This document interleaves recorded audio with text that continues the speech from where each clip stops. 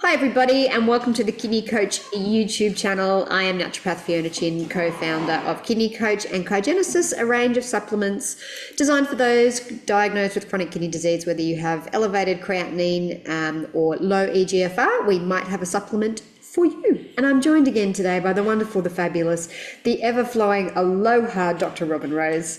Dr. Robin Rose is a regular on the podcast. We've been working our way through the Bio-Regulators. Dr. Rose, we've had such lovely feedback. I was reading the comments yesterday and someone said, I'm just loving these Bio-Regulator conversations. So to that person, hello, and thank you for your lovely feedback. Dr. Robin Rose, if you haven't seen any of the plethora of previous podcasts that we've done, is a, trying to retire but has come back out of retirement. She started as a registered nurse, got bored of that, decided she needed to become a GP, so she worked her way through that. And I was a then nurse practitioner first. that's right, you were too. And then you studied herbal medicine and all of that great, and a ballerina even before that. Definitely. And The only then, thing I didn't do was go to naturopath school. well, you've kind of by osmosis, you know. Yeah. Yeah. But Dr. Rose had her own journey with kidney disease when she was diagnosed with kidney cancer and had one of her kidneys removed, and had a fun time with her nephrologist and cardiologist. And from there, really self-taught herself and went down the rabbit hole of all things kidney disease, of how to increase her kidney function with having one kidney. And she then became the expert on bioregulators and all those good things. She heads up our Pet Dog Facebook group, which is full of amazing practitioners. And then she wrote a book. Renology is Kidney Success. It's her website. I'll put it below. But she wrote a renology peptides book that basically has every bioregulator in there and a whole pile of amazing information. If you want to know more about bioregulators, I highly suggest you buy the book. I'll put the link below. But we are moving on today to talk about the pineal gland, as we say in Australia, or pineal gland for the Americans on the call. And we're going to talk about its role in kidney disease and all the wonderful, amazing things that it does. Dr. Rose, I'm going to be quiet now and I'm just going to hand it across to your fabulous self. All right. Well, in anticipation of doing this, I actually did a bit of a dive. I've collected a bunch of information about melatonin, which, never mind the pineal, I say pineal. I'm halfway between I love down it. there. Yeah, you're Hawaii, you're halfway there. Yeah, that's really more like Australia. Anyway,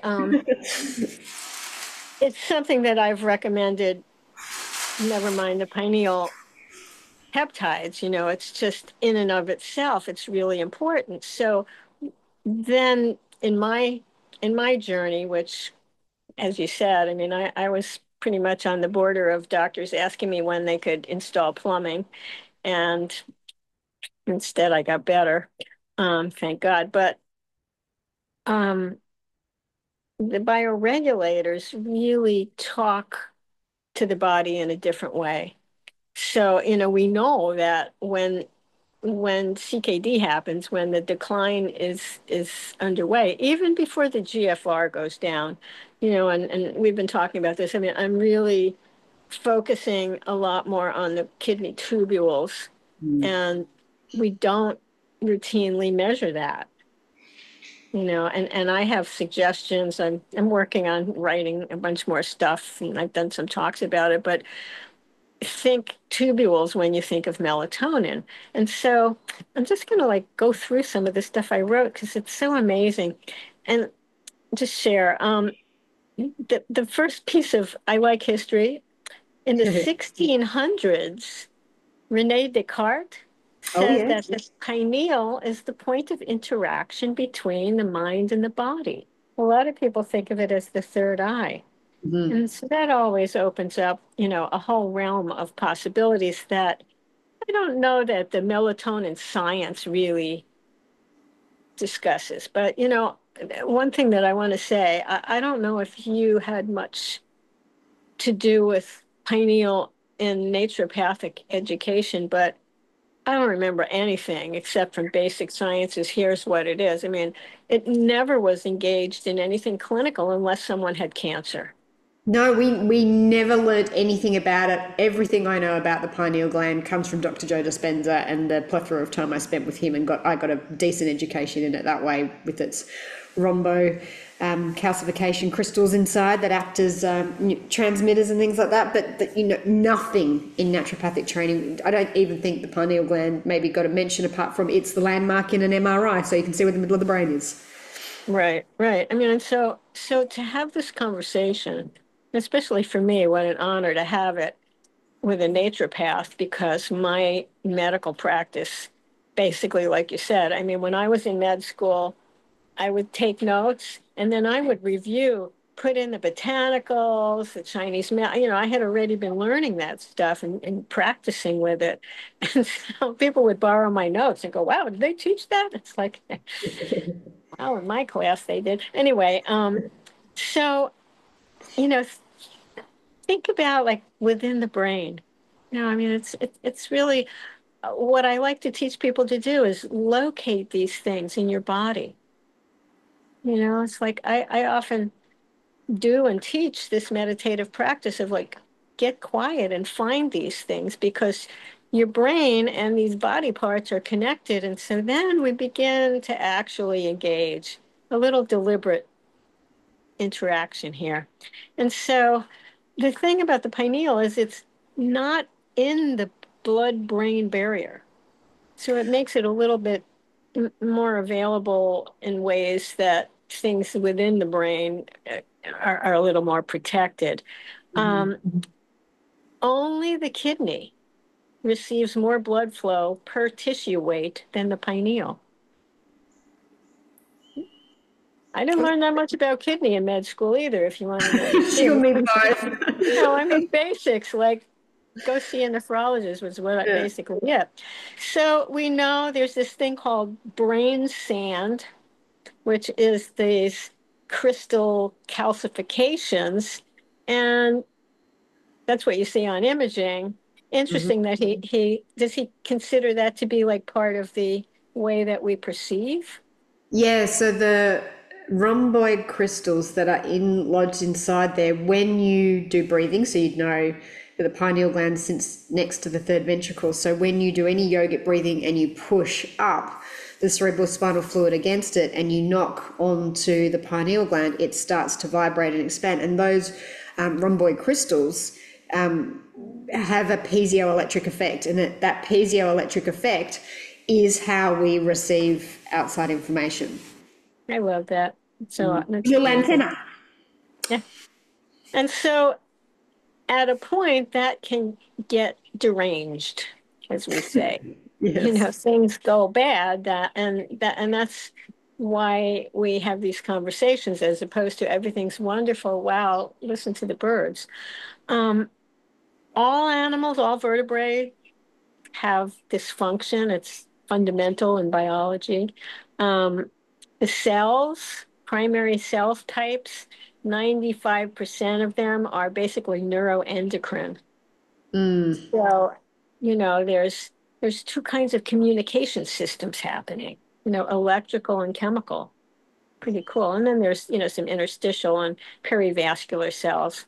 Um, the pathway includes the eyes. And this is important because, we often include pineal bioregulators with people who have retinal disease and eye problems. And so keep that in mind. We know that the master clock is amazingly important. All of these plants around me, I live in a very beautiful place. My friends here, I just gave them a haircut. They know when it's day and night. They know when the light is less and more. We are ruined by all these wonders that we have called electrical lights and all these things. They're wonderful and they're really a hazard. And so, that's always something is tune in to the circadian, what's going on. Sympathetic nervous system involvement is big. I'm not going to go into all the details too much, but basically, it's synthesized from an amino acid, tryptophan, is the basis, and it goes through serotonin and eventually with some enzymes that are the important piece of this, um, we get melatonin. And when there's light, the melatonin secretion decreases. So, if like I admittedly sometimes do too often, I'm looking at lights late at night, bad idea. I take melatonin, however. The peak of production is 2 to 4 a.m. But that doesn't mean, wait till 2 o'clock to go to sleep. And that's a big thing. I mean, with kidney disease, there's this flip-flop. And some of the, like the non-dipper thing of kidney, which nobody bothered to tell me. I figured this out the hard way because I checked the blood pressure at 11 at night and it was sky high. It was always normal in the morning. And I started looking this up. I was like, oh, mercy sakes, here, I got an issue. And started looking into it. I mean, there's a lot of facets to it. And melatonin is one of the reasons, which is, think melatonin supplementation. There's foods that you can eat and the bioregulators, which we'll get to. The functions are amazing. I mean, everybody, it's been marketed. Oh, this is a sleeping pill. That's stupid. I mean, that's like, calling St. John's wort an antidepressant. Well, yeah, it's there, but then there's neuropathy we use it for. So, ultimately, it's useful. I mean, I find myself sleeping better because I take 10 milligrams in the evening. If I don't take it, I don't know. I mean, I don't think I sleep as well, but who knows? The antioxidant aspect of it is really a big conversation, and that kind of crosses over into the whole cancer conversation, which I'm not really including with this, but good to know. It's a free radical scavenger, and I like to think of like free radicals are like these energized bad guys, who go and cause trouble in the cells, and having ways to control this is essential. I mean, they have a purpose. Sometimes, an invader comes and they go and deal with it. But if they get carried away, you have, a gang attacking your kids or something. The mitochondria is an important part of this. Absolutely.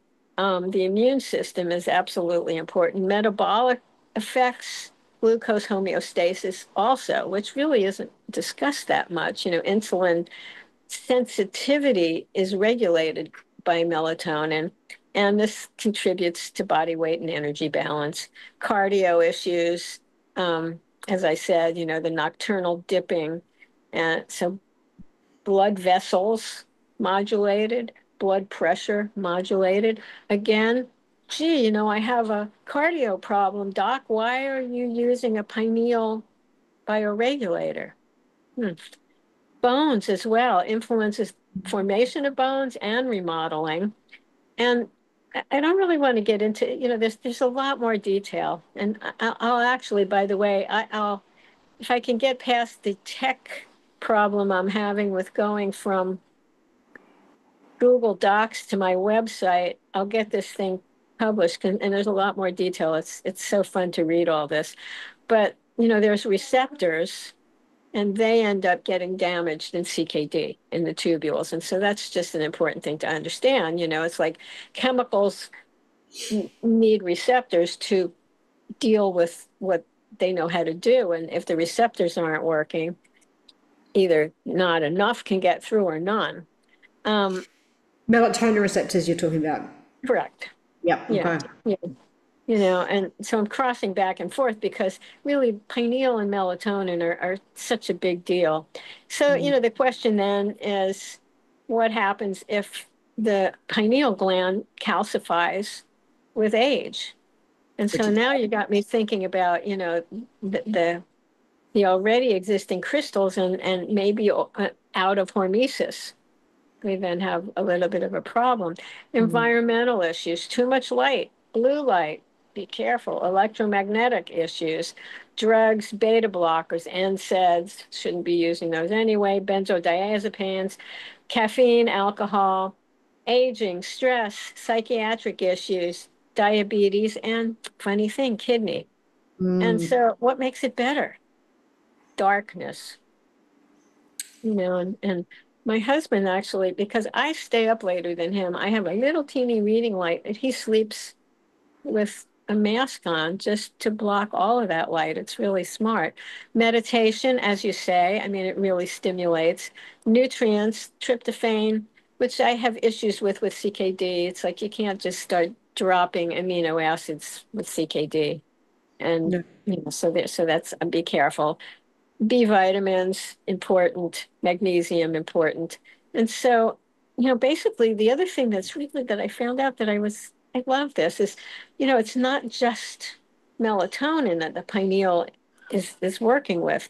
There's a precursor to vasopressin, Yes. and that's what's stimulated. It happens in the collecting ducts. Mhm. And this is where it helps to decrease nocturia because the collecting ducts, that's part of the nocturia, and it helps improve the osmolality, so the structure of the urine is improved with melatonin. I mean, it's such an amazing thing. Mm. Um, there's influence on the cortisol. It inhibits nocturnal ACTH and cortisol spikes. Melatonin does. It's just a good thing. You can actually calm down. And so again, I think that's a piece of why this nighttime thing, all of a sudden you're up. It's like, where's the party? Where's the fire? I gotta pee. Oh, I'm asleep. I gotta pee again. And it's a really important thing because a lot of people I talk to tell me my sleep is terrible because I have to get up 4 or 5 times a night. Mhm. Here, so we start talking about these are serious remediating tools for us to have. Um, it actually affects the thyroid, reduces the conversion of T4 to T3 at night. Go figure. Um, influences FSH and LH, so sex hormones are engaged. Um, melatonin actually helps with erythropoiesis. And so, I mean, it's kind of one of the, it's like I could talk about carnosine in the same way. What doesn't this do? Yeah. It works with growth hormone and IGF-1. Mhm. So renal regeneration is encouraged, protein balance, anabolic repair, and the reduction of sarcopenia, Mhm. which is so critical. And by the way, I've regained my pre-cancer weight. Oh, yay. High five to you. Nice one. It's I because still you've haven't been gotten to eating 3 digits. treats. When I get to 3 digits, I'll really celebrate.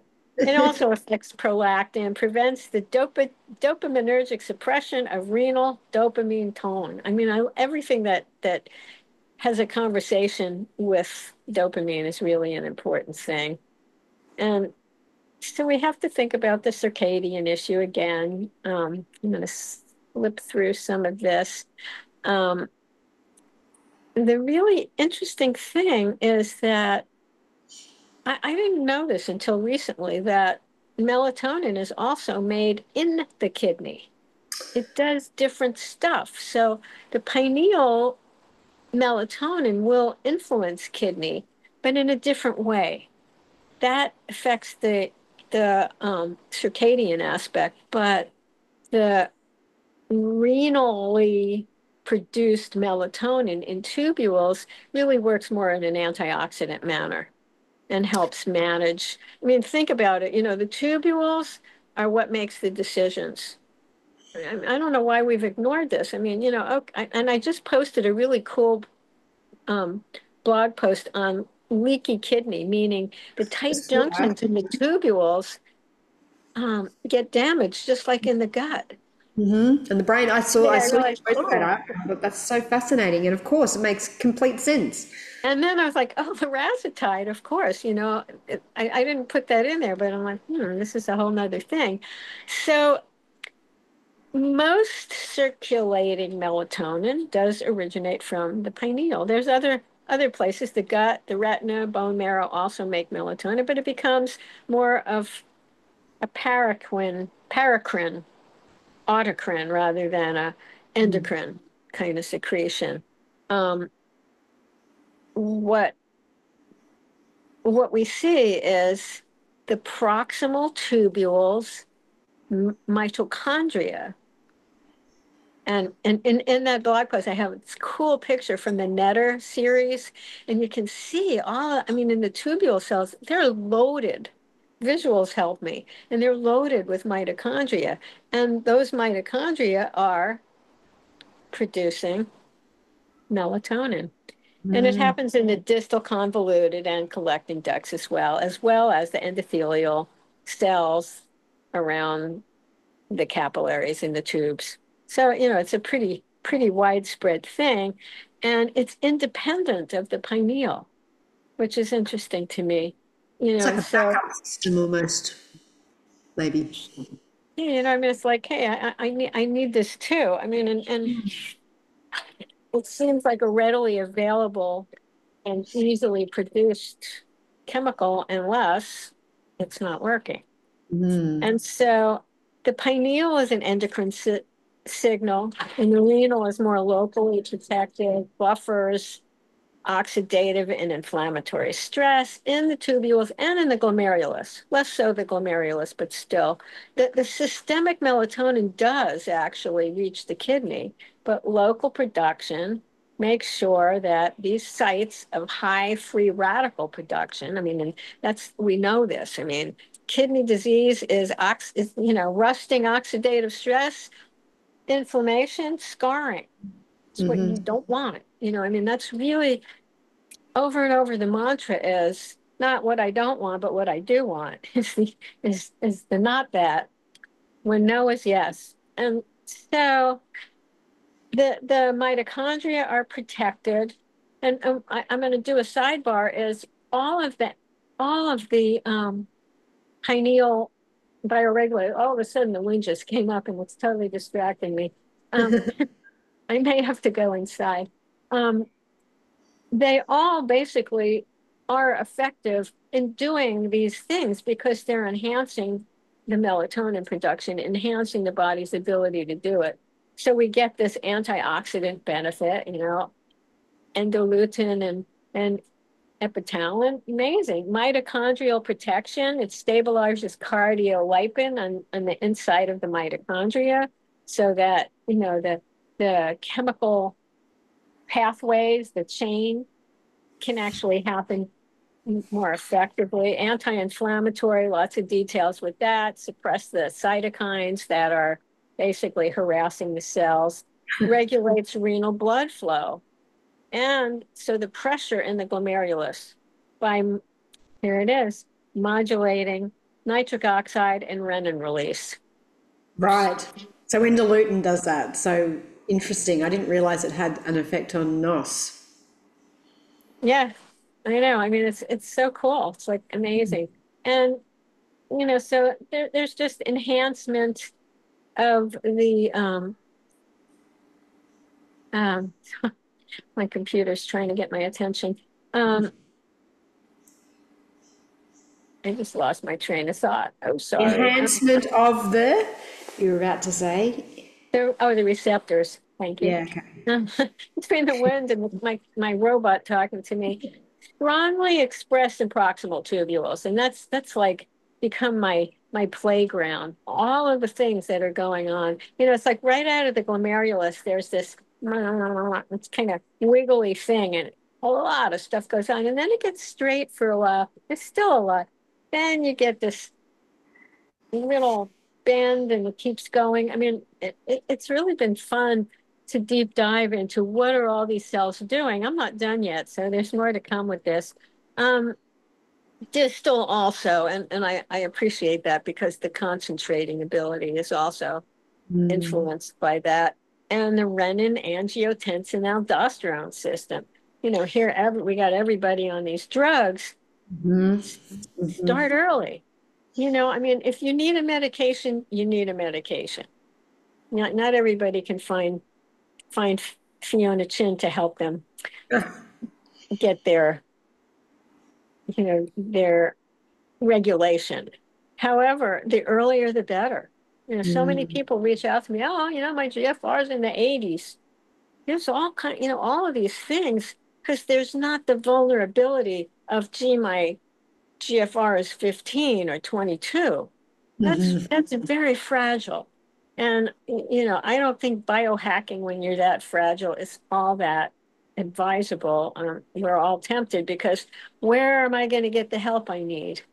And that's really the critical thing. I want all my doctor colleagues to know what I'm talking about because we need each other we really need this.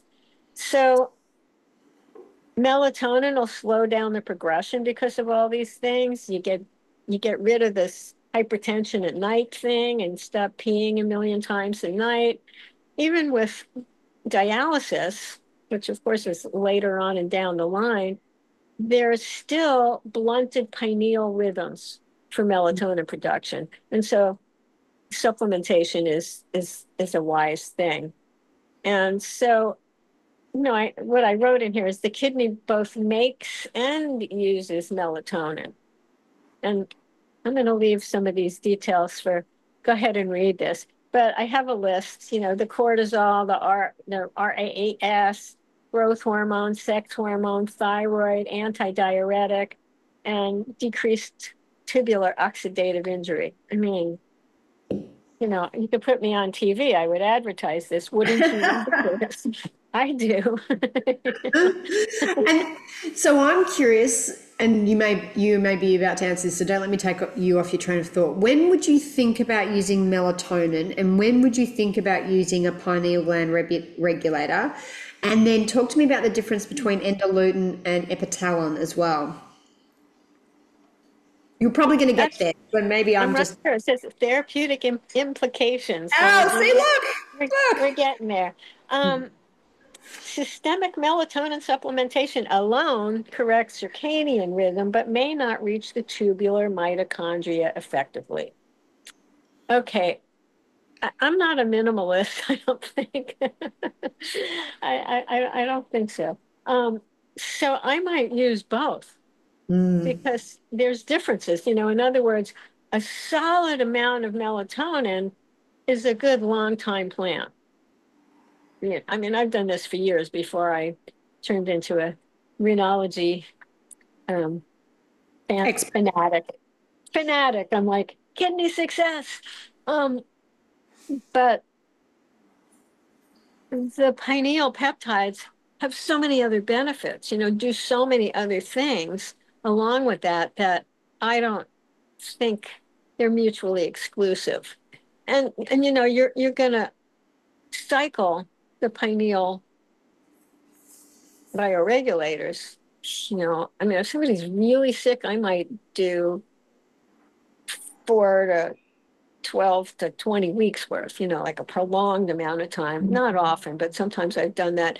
But usually, like 10 to 20 days every 3 to 4 to 6 months, depending. When somebody's really still quite well early on, but their labs are showing things, there's a little bit of changes physically.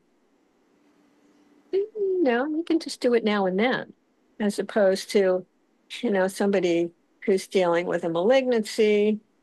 There's benefits, and I have not done this. I'm not the expert on this, but I know there are people who are using very big doses of melatonin. They are in cancers, yeah, about 60 milligrams, I think. We used to be able to get it from IAS, but yeah, I think they were using 60 to 120 to 200 milligrams, I think, for its Yeah, antioxidant effects. Yeah. yeah, interesting. So your timing is perfect. Epithalamine, which is an extract, so it's not purified as much. There's more other stuff attached to it, which could be good and it could be bad depending on one's physiology and hyperreactivity. Like you said before, so we have epitalon, which is synthetic, identical to what the body does. Our pineal glands know this, but 4 amino acids. Very clean, very simple, but short acting. Yes. So it's a different persona. The endolutin, these are basically, like epithalamine, comes from animals that they go to great lengths, sometimes months of purification processes. And, I've had this conversation before. If you don't know the company that you're getting them from is doing this kind of purification, worry, because there can be infectious particles that you don't want in your body. There could be heavy metals. But, Mhm. the endolutin, like Fiona was saying before, some patients really can't handle any of the animal product. Well, so we have the short acting one, you just use it more and it works. I've had vegans who are like, no, ain't gonna do that. It's like, well, we have a choice. But basically they all of them, and I just read this earlier today, just reviewing a little bit, that Professor Haavinson said they all do this. They can all do it. Okay. And so it's really the clinician discretion on how to administer, how to choose the particular regimen, because it's not this knee-jerk simple, hey, I'm going to use this. You can do that. I mean, when I did acupuncture study, they said, if you had a monkey just stick needles places, you might get positive outcomes. But when you had somebody skillfully place it, you get really good outcomes. And that's sort of the same thing, I think. So you see, the kidney by itself can resume melatonin synthesis, which to point, does that then mean we don't need the melatonin? There's some testing you could do, and I've thought about that. I've included that in here. Um, in Russian clinical data, when they combined them, Mm. um, it outperformed melatonin alone in improving creatinine, microalbuminuria, and sleep parameters. Okay. So would So they use epitalin or endolutin and This melatonin was or this was a study with epithalamine. So okay. and it says it doesn't just make more melatonin; it teaches the kidney how to remember its own circadian rhythm. That's why I I love love bioregulators. They're so cool. Isn't that adorable? I mean, I read that. I was like, oh, I love that, because ultimately, as Dr. Greenberg says and teaches us, it's like, this is, you're not supposed to have to use this stuff forever. Yeah. I don't know, I mean, with the illness that's kind of chronic and generates itself, there's something there of, this is a long haul. On the other hand, I've talked to people who really got themselves better and they're over it. And Yeah, I'm no, not there, so I can't, yeah. I have the same mixed So results. when you supplement the oral melatonin, you get better sleep, you get circadian rhythm improve in CKD, reduces the blood pressure and oxidative injury, but caution in advanced CKD. It can accumulate. Mm. And so what I wrote in here is studies suggest safety up to 5 to 10 milligrams, no more than that. And I would Okay. say maybe from stage 4 on, it's like just caution. But 5 to 10 milligrams is plenty. Um, Combining other things, again, tryptophan, which I just kind of go, maybe. Vitamin B6 with SAMe could be Mm-hmm. useful. Um, So it says that these bioregulators don't just boost pineal secretion, right? We know this. They act transcriptionally and epigenetically, and it says across multiple organs. So they restore the lost rhythm in CKD, in aging, and in stress, normalize circadian tone of the kidney. I mean, it's really interesting, because having done series of epitalin injections, like maybe every 3 months for a while, I've kind of stretched it out. I mean, I know there's something that just felt like when you were describing that with it's like, oh, this is good, and so what we see is enhanced local synthesis of melatonin by Yeah. the bioregulators, normalization of tubuloglomerular feedback, the tubule is talking to the glomerulus. You know, the glomerulus is pumping stuff out, and they have to kind of coordinate. Handling of sodium is normalized. Okay. And Know that one. because of the effect on the tubule, you know, and so I mean that would be another deep dive to understand exactly the mechanism. I'm Mm. not that clear about it, but I get it, you know, with the way sodium transporters are managed and the bioregulators influence these transporters. Okay.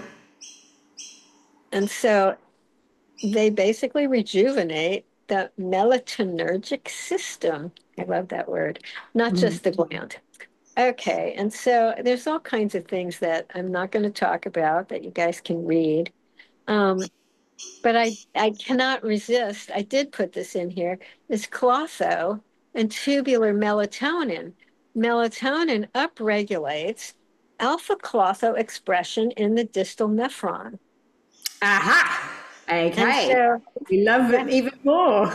I know, right? I mean, it's like, you know, the body wants to do what's right, and all you got to do is kind of like, you know, give it a little gentle massage. The pineal peptides increase both clotho and melatonin via FOXO3A and SIRT1 pathways, which Okay. enhance renal antioxidant capacity, which we've been talking about. So all of this stuff works together to keep you from rusting and keep scarring from happening. Not a bad thing. And I have this lovely table in here that goes through all of the different things. And here's the sodium transport via the receptors modulating the receptors for sodium and hydrogen ions. So it kind of makes sense. And when it becomes dysregulated, leads to tubular salt distress. I love that. Does it Tubular. have an effect? Because you know, you and I are all about um, phosphorus and its shift. Did you find anything about, obviously, if it's working with clotho? I'm like, is it Yeah, doing anything yeah. with phosphorus? I want to spend more time on that because Mm, I'd love to know. That would be yeah, fascinating. yeah, that's an important one. How, you Yeah. know, and retrains the clock. Um, what else do I have of interest here? So off we go into epithalamine, Yep. epitalin, endolutin. And again, you know, you can do epitalin orally. In Hmm. fact, I just saw that somebody just put out a product that I requested from our British pharmacist. Is like, is this on the up and up to do it as a Mm. sublingual? I want to hear. I want to hear somebody who's got more chemistry, pharmaceutical chemistry wisdom than I do to say yes, that would be. But I mean, it makes sense. So you can do the cytogens orally. You know, Vylon you can do. So you know, some people are just tell you No. which way to go when it comes to needles, which I'm close to that. I had a wind my way through peptides for a while. Um, and so I kind of decided to focus on endolutin to just Okay. give us a little bit more details, which it stimulates the enzymes, which then helps production of melatonin and serotonin. So But it can have an antidepressant effect potentially if it's regulating that serotonin melatonin pathway. Maybe. Am I making stuff yeah, up? you would think. Yeah. Mm. Yeah. I mean, and you can, you know, I mean, it may not be just that, oh, I sleep better, so I feel better. You know, I mean, there's a lot more to that. And, you know, so because normalizing circadian, I mean, alters, you know, heart rate variability and neuroendocrine everything. The rhythmic secretion of melatonin, of vasopressin, of antidiuretic hormones, this is all circadian stuff. And, you know, when that gets messed up, I mean, you know, whether the urine is too concentrated, too dilute, I mean, these things all have downstream effects. Depends on each person's physiology, but, you know, you got to know about this. And it's said that basically it upregulates melatonin receptor density. Wow. Okay. In peripheral tissues, including kidney. So, No wonder you take them together. That makes complete sense. Like if you take them together, you're going to get a really good reset and your melatonin's going to work more effectively. yeah, exactly. And I wrote improves nocturnal renal perfusion, again, cardio, by restoring autonomic tone and the renin-angiotensin rhythmicity. This actually stretched my understanding more. It's like, oh, it may not be like, oh, this is taking care of the whole problem, but this is a symphony. I mean, we do a lot of things, this intent to heal requires more than just, oh, I took my pill. Yes, It it's a medical doesn't quite truth. work like that, does it? And so I have bioregulator tubulo-interstitial protection. If I was skilled, I'd have made slides. I'm a farm girl. I don't know about all this computer It's all stuff. right. We love that you So, hang from trees, Robin. Robin was pruning her trees before coming on here, and I love that about and I'm like, oh my God, I got to get off of the ladder here. you.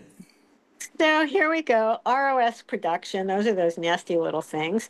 Um, Improved mitochondrial superoxide dismutase. That's the protector. And lipid peroxidation. So all these things that you hear about, you're reading these things. Ooh, what is this?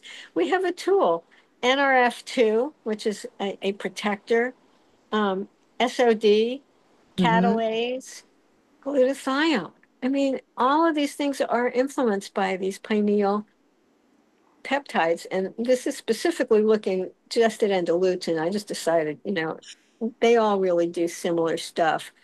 And the cardiolipin oxidation is fixed up so that the mitochondrial integrity is improved. I love that.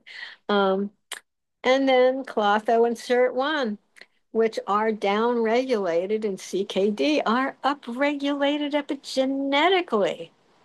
Hallelujah. I mean, isn't it's like, wow, wow, wow, wow, wow, wow.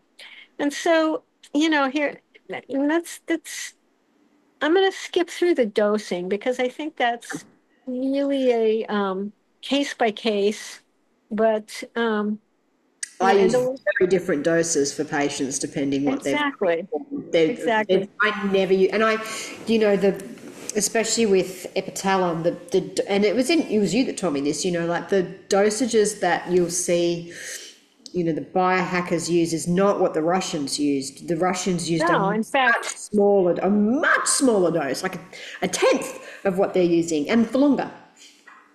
I mean, I asked Professor Robinson's physician wife, who has become a friend of mine, although a pen pal, really, um, just like you. Um, she kind of chided me. I mean, she mentored me some, so I would ask her questions, and I feel like a little school kid. She's like, "Come on, you know this," and basically, what happened is somebody who is fairly influential didn't understand the difference between epithalamin, which is like a huge molecule.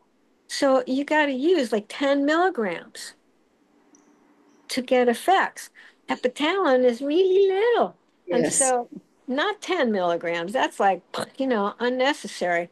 100 micrograms up to a milligram. Yeah. I mean, and didn't, I thought I saw that what you talked about, um, the combined SS31 and Yes. So talent is yes, 2 or 3 milligrams. And I was like, okay, that was that's, Dr. Grimberg, and yeah, that patient I've been emailing, he made a comment on the YouTube channel. He saw the podcast that Dr. Grimberg and I did, but he used SS31 and epitalon, and all his markers, 4 to 6 weeks. Because he didn't want to do the big dose of SS31, because SS31's dose is all over the place. So he was doing SS31 at 2 to 3 milligrams, and maybe epitalon only at 1 milligram actually. And he did that protocol, and yeah, his EGFR, he wasn't too low, but he went from 69 to 80 something, but all his markers improved, metabolic, the whole lot. And as you're talking, and I'm like, I've got a lot of patients now on that combo SS31 because of everything you've spoken about, the superoxidase dismutase and the electron transport chain. I'm like, these two make complete sense to use together. So yeah, very Yes, interesting. yeah, yeah. I mean, it's so fascinating. And so in a CKD patient, pilotax. Yeah. I mean, and it actually it's on my, best friend list. And tubulo interstitial regeneration. I mean, when I give people my little cartoon, they're small, they get in the cell, they get in the nucleus, they lodge in the DNA, and epigenetic reversal. I mean, even with a um, genetic disease, epigenetics has an impact. And 100%. so, so I actually asked a geneticist this recently. It's like, what we'll see is reduced penetrance even of that gene. So it brings it a little bit further. It's a little stretch Mm, because we say, okay, this isn't changing the genes you came with, but it's repairing the damage to those genes from living. But with a yeah. gene, there's penetrance. So you could have a genetic tendency, and we see this in families, with like mental illness. Some of them are quirky, some of them are really messed up and need a lot of therapy, with a lot of things. It just depends on where in that spectrum. And what she told me is it sounds to her like it would improve penetrance to some extent. So clinical, it doesn't reverse the genetic issue, but it softens it. I mean, yeah, like I say, that's why I have such a love affair with bioregulators because I don't know anything else that does. I mean, there are things that sort of, we know there are lots of things that will change epigenetic expression, but to be able to go straight into the histone and stretch out, your DNA and your amino acid sequence in there and actually work as gene switches in such a eloquent and beautiful format where you do it short term, you don't need to stay on the thing and then it has a lasting, I don't know anything else that does that. That's why after doing all of this with you, I'm like, I'm bioregulator girl. Like everybody goes and bioregulators now. It's just part of my protocol. I'm like, you need bioregulate. I might still use some, but interestingly, I don't need to use as many of the big expensive peptides. And then I'm Exactly. through bioregulators behind, and I get much better results doing it that way for sure. Yeah, exactly. I mean, they're stunning. It's amazing. And I still have a love affair with BPC. Oh yeah. There's nice placement of these things. But the other thing, I've talked about it again, is morning light. Be in the sun. If, There's get evening dark. Turn off the blue light. Continuous commitment to that. yes, And yes, I have a little source here of dietary sources of melatonin. yes. Again, when I talk about CKD, it's like what's going in your mouth because it all has a conversation somewhere, right? And so multiple foods have been shown to raise circulating melatonin or its metabolite, which I will read you, 6 sulfa melatonin, 6 SMT. And so ain't that cool, to be able to enhance that and go, oh, okay, let me see, I'll choose this instead of something else. Tart cherries. My favorite's why it's in our alkalizing formula specifically for this. Yeah, yeah, I mean, and also with uric acid, so it's like, Yes, that's but both. the fact that they improve sleep efficiency in elders and insomniacs. I mean, sometimes that's my nighttime snack. I have some dried cherries that we get from a really clean grower. I've seen some stuff about grapes, like be careful with grapes with CKD, but it will help with the 6 SMT. Okay, so it's like every now and then I see some and I have to eat them, but certain things you just have to be careful. Tomatoes also increase serum melatonin and the antioxidant enzymes. Okay, pistachios, one of the best sources with rapid rise in plasma melatonin after 2 ounces. Oh Mm. wow, okay, didn't know that one. So, put that in your homemade ice cream. Walnuts improve blood melatonin and antioxidants as per rodent studies. I Okay. like them whether they're for rodents or for me. Exercise is another thing. It's a secondary circadian cue. So, so it's like, that's where you can't just, hey doc, I want a pill. Mm-hmm. It's like that. It's a conversation that doesn't even start for me. Yeah. Um, Exercise increases melatonin secretion if performed at the right circadian phase. So I thought that was really interesting. It's like it enhances the enzymes, increases tryptophan availability and serotonin turnover.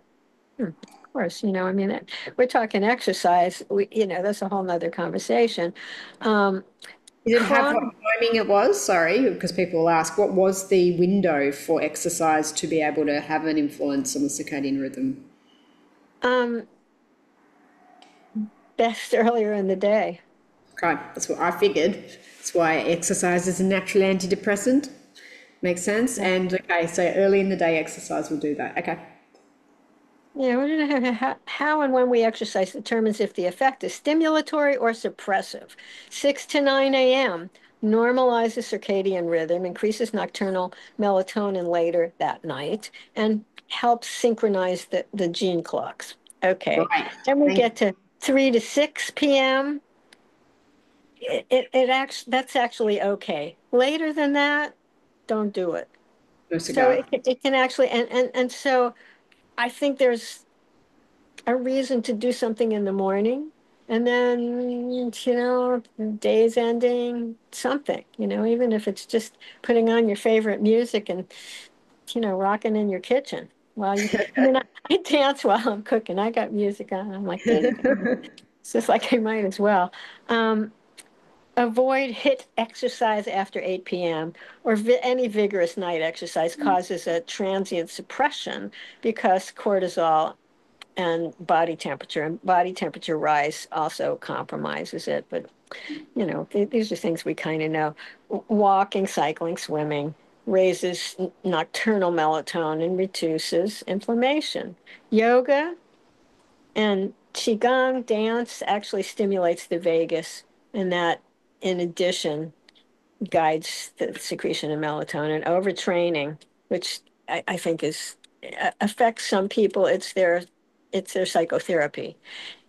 And I've seen this with people with kidney, doing marathons. There Yeah. goes their kidney function, and it's like, I'm sorry. I'm working on a new intake form for people so that all the time I spend asking them questions, they can do it on their own, and then I'll read it. But one of the questions, I mean, other than like, do you believe you can heal, is are you willing to do what it takes? Which Mm, means, are you willing to give up things you love to heal? Are you willing to do things you may not love to heal? And those are koans, in a way. It's like, you can answer, but you don't have to. It's like, taking that in, because changing our nature about it. If I have a bad attitude about the diet that I have to eat, I think it's less nourishing. I really think that and then it brings us to meditation increases melatonin. Direct influence on the pineal and endogenous melatonin bridges the neuroendocrine, renal, and spiritual axes. Love that. And offers tubuloprotective gene expression. So you can just sit and listen. And that means external listening as well as internal. The amazing journey of just what's your body telling you? And as a clinician, what's this person telling me? And so I have like a meditative practice of listening, which I'm kind of empathically feeling it so that I'm hearing what people are saying in a different kind of way, and I encourage anybody clinical cultivate this. It's amazing. I mean, and the heart connection that happens is just stunning. Um, Meditation increases vagal tone, decreases sympathetic drive. And so, those are all beautiful things. The testing is kind of my last. ZRT Lab has melatonin testing by capillary dried blood or saliva. Mhm. I don't know how to use that. I haven't used that, but I wanted to get a list, and we can keep looking. You can get a plasma or serum melatonin level, but you got to be in the hospital because you got to get it every 1 or 2 hours. It's like, okay, I put that in there, but with biting my tongue. Genova has salivary kits for collection I do. 8 p.m., 10 p.m., midnight, and 2.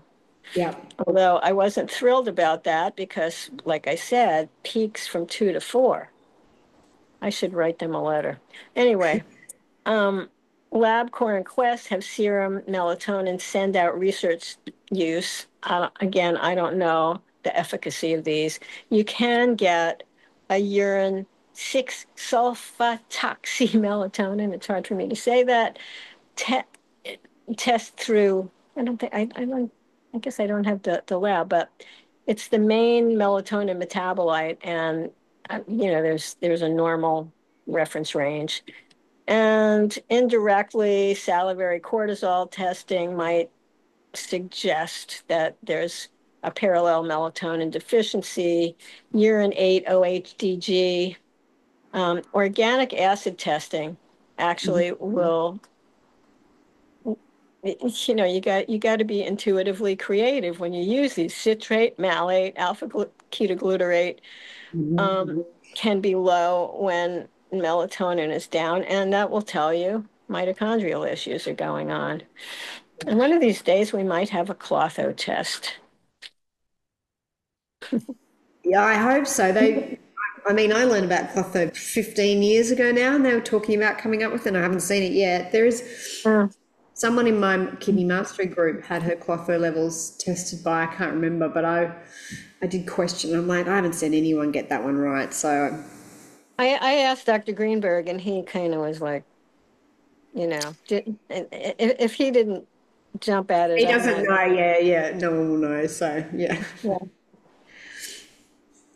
Well, that is basically what I put together. I left a lot Love out so it. that those who are interested pray for me to figure out how to get this from one place to the other. I don't know why I can't do this. You'll work it out. I know you And will. it'll happen.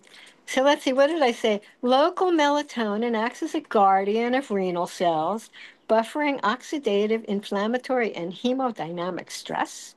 The dual role, systemic circadian control plus local antioxidant defense, makes melatonin central to renal health and disease. Early awareness of the pineal kidney axis is a strong step on the renology kidney success pathway. Oh, I love that. What a summary. And so, what I'm hearing is really melatonin and your bioregulators together. Really important. Definitely measure and test for it. But there's probably no harm in taking some sort of melatonin as you get older, because we know your melatonin production drops, probably tied into kidney disease. Yeah. Well, Dr. Rose, as always, it's a pleasure. Thank you. So, I know you're off to have a fabulous evening of festivities and Little music. Hawaiian music. I love that. I'm not going to hold you up, but yeah, thank you. That's amazing. And I dare ask, what bioregulator do we discuss next? Hmm. What about adrenal? Uh, have we not done adrenal? Are you sure? Maybe we haven't. Did we do it? Thought we Not might. sure. I will look. I thought maybe. Have to go through me. Paul's the one who posted them on the website. So, All right. I'll have a look. and so Otherwise, thank you to everyone. I get people reach out to me on the website and like listening to these. So I'll do the same thing as thank you. It's really weird to sit here and talk to a piece of plastic that I know somewhere in another place Fiona's talking to a piece of plastic, but we're really talking to everybody, and I feel it. But it's such a crazy world we have, and it's a blessing to be able to communicate like this. It's crazy. No, it is. It's great. And I appreciate your knowledge and your passion for this topic, as I'm sure everybody else does. Remember, I will put in Dr. Rose's details below. Go and check out Rhenology's Kidney Success. She posts some amazing, beautiful posts up there very thoughtfully as well. And then we will be back to do another episode. Make sure you hit subscribe and like, and that way you'll get notified when we put up another one. And if you want to know more about what we do, head to www.kidneycoach.com and you'll find us on Facebook and Instagram under the same handle. Dr. Rose, delightful pleasure. Enjoy your evening. And to everyone watching, thank you for being part of our community. We'll see you next time. Thank you so much. Aloha, everybody. Aloha.